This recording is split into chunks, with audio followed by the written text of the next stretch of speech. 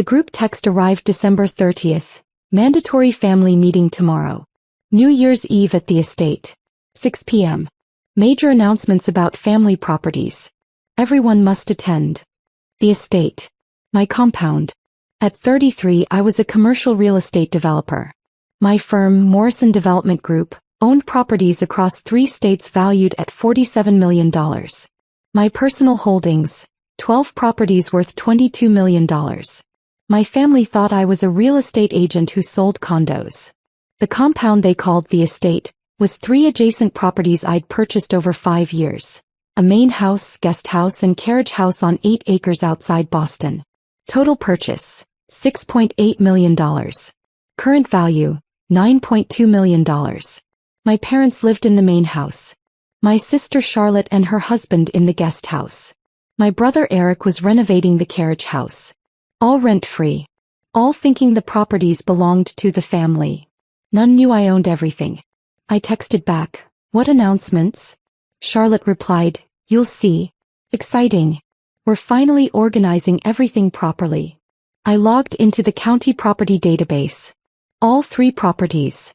Morrison Holdings LLC. Sole member. Isabel Morrison. Main house. 5 years ago $3.2 million. Guest house. 3 years ago $2.1 million. Carriage house. 2 years ago $1.5 million. Renovations. $1.8 million. All funded by me. All owned by me.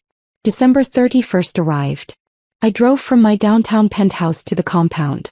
The driveway was packed. My parents' Lexus, Charlotte's Mercedes, Eric's Range Rover, extended family cars. At least 30 people. Inside, elaborate setup. Catering. Champagne. My entire extended family. Isabel. Mom kissed my cheek. Perfect timing. We're starting the presentation. Dad stood at my custom marble dining table with a laptop and projector. Morrison Family Estate Plan, a new chapter. Everyone settled. Champagne poured. Dad cleared his throat. "Family, thank you for being here. What we're announcing tonight will shape the Morrison legacy for generations." Next slide, aerial photo of the compound. The Morrison estate has been our family home for 5 years. 3 properties on 8 acres. Tonight we're properly organizing ownership. Next slide, property distribution plan. My stomach tightened. Charlotte and David will take full ownership of the guest house. They've lived there 3 years. Time to make it official. Charlotte beamed. Eric will take the carriage house. He's invested significant time in renovations. That property is his. Eric nodded. Your mother and I retain the main house. The largest property for the family patriarch. Applause. But, Mom stood, Isabel, we know you're busy with your city real estate job. You're independent. So you don't need property here. Charlotte agreed to let you use her guest room when you visit. Silence. Everyone watching.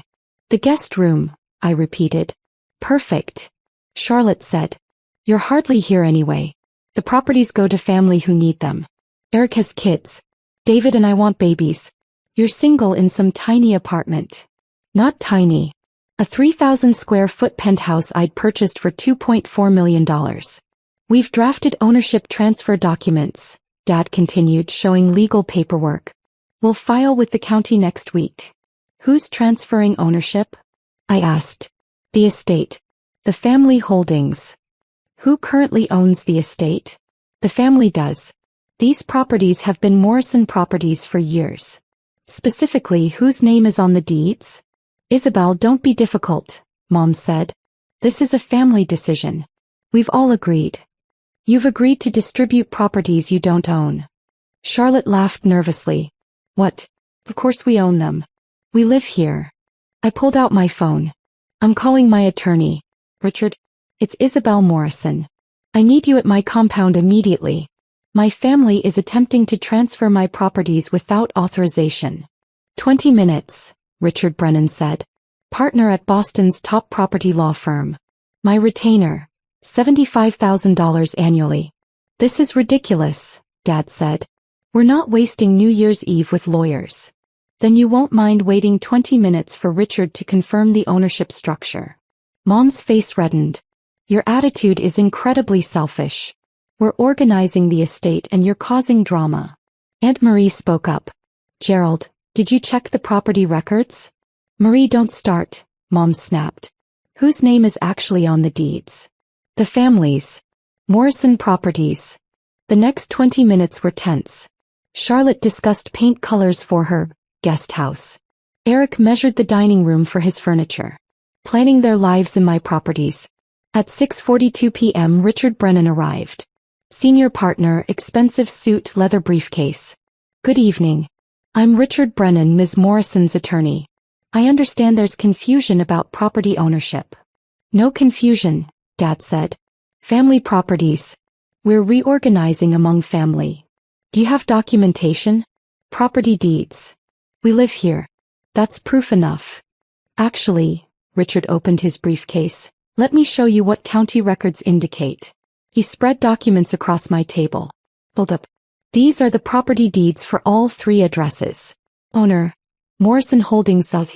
Sole member and manager, Isabel Morrison. Silence. Charlotte grabbed the guest house deed. Impossible. We've lived here 3 years. You've lived as Ms. Morrison's guests. She purchased this in 2021 for $2.1 million cash. Cash. David whispered. Richard laid out more. Main house deed. Purchased 5 years ago, $3.2 million. Carriage house 2 years ago, $1.5 million. Total, $6.8 million. All from Ms. Morrison's accounts. No mortgages. No co-owners.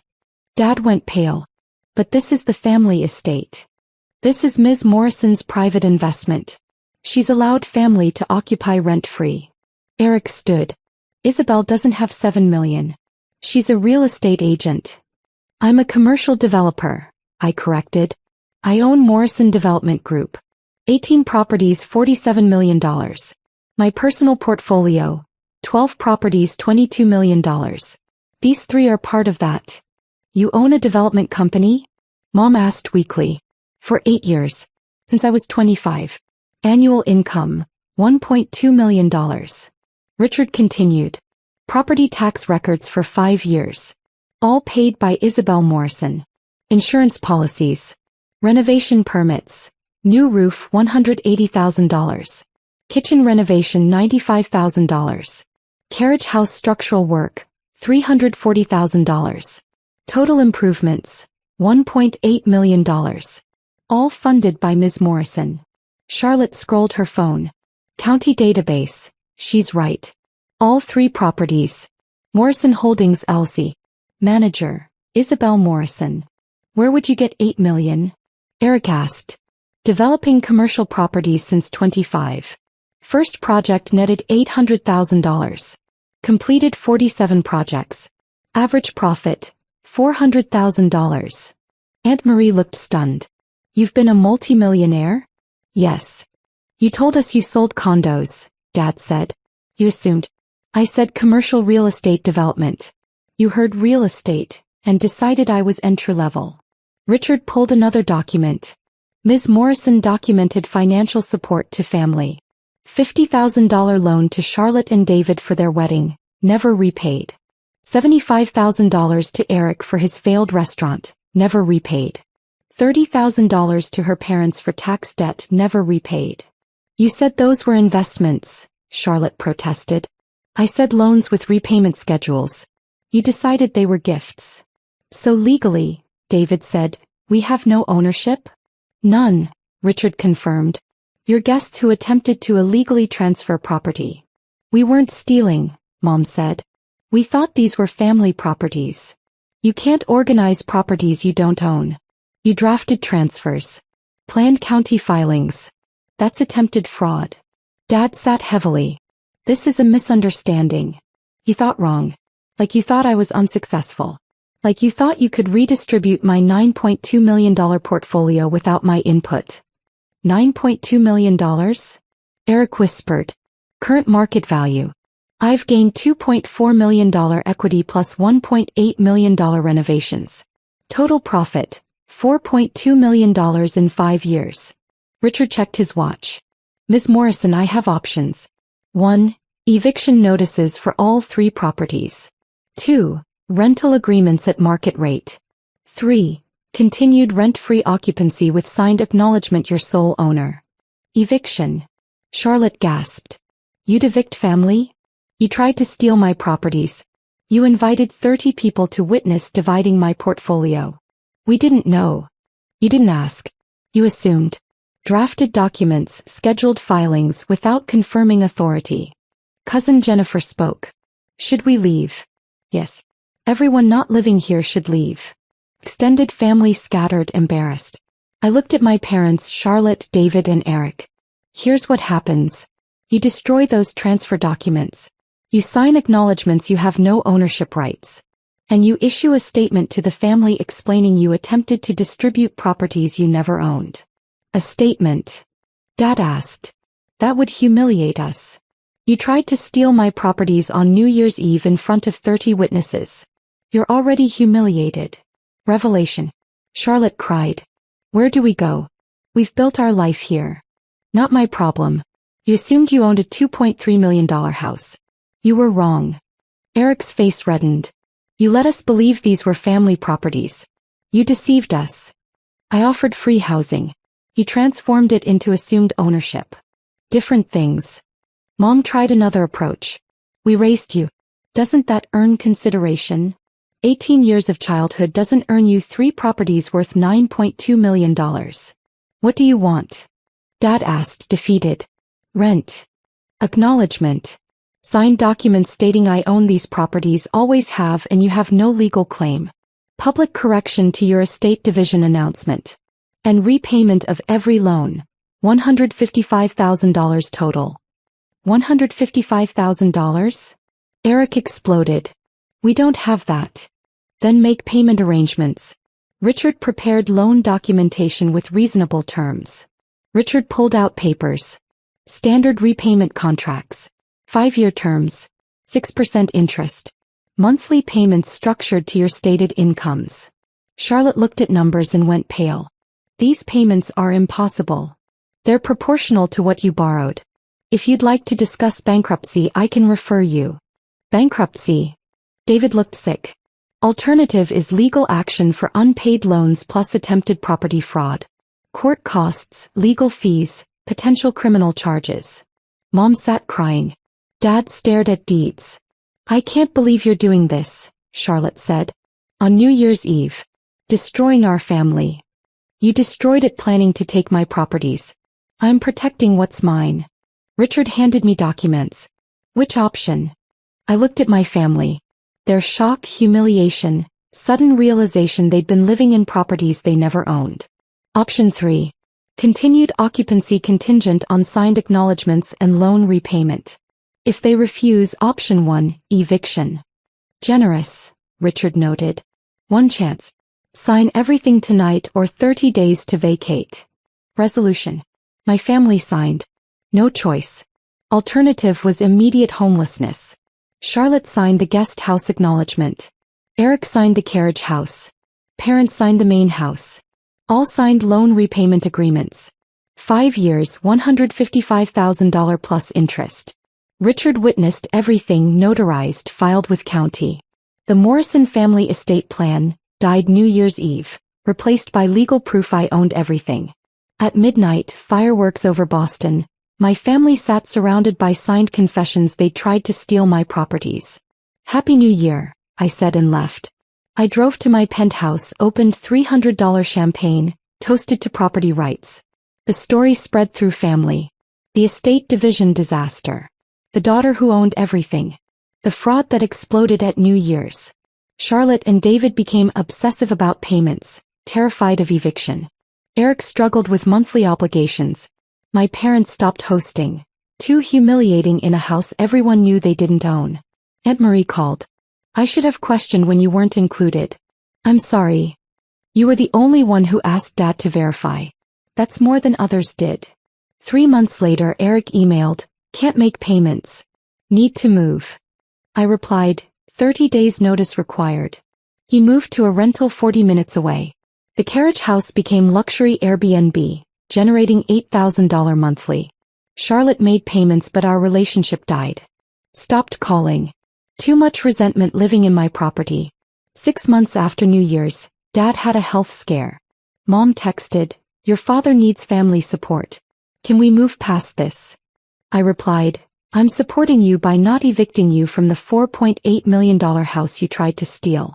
That's my support." Silence. A year passed. Compound appreciated to $10.1 million.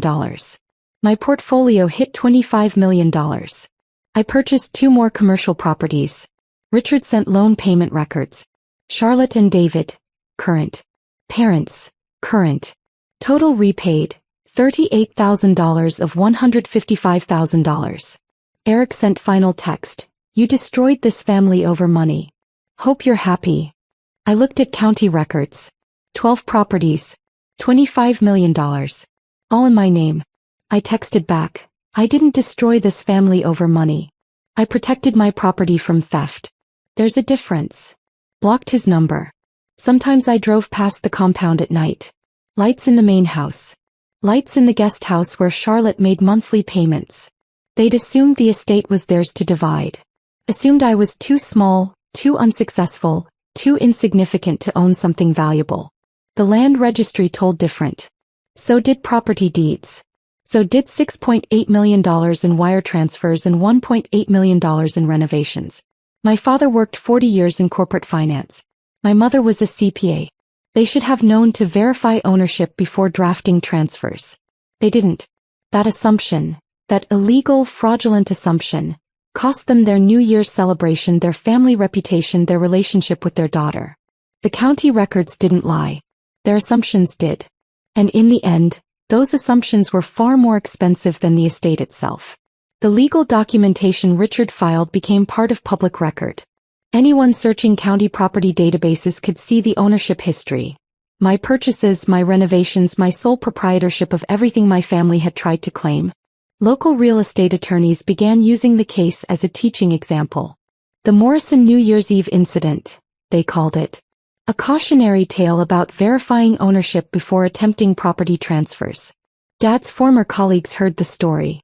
His reputation in Boston's financial circles never recovered. Gerald Morrison, the CFO who tried to give away his daughter's properties without checking who owned them. The irony wasn't lost on anyone.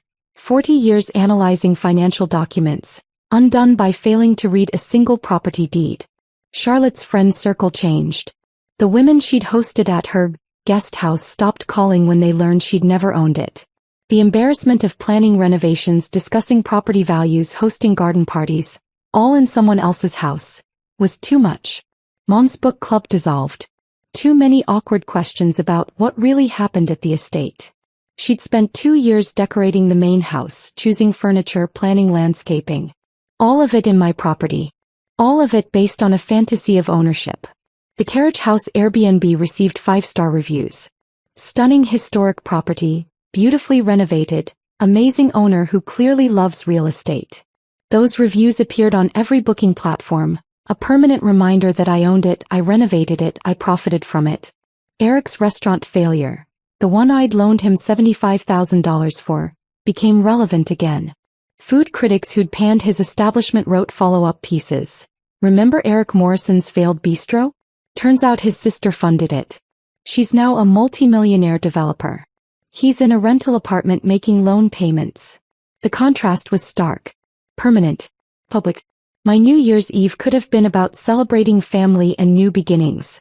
Instead, it became about property deeds, legal documentation, and the hard truth that assumptions don't create ownership. They'd learned that lesson expensively. I'd learned it was worth protecting what I'd built, even from family. Especially from family.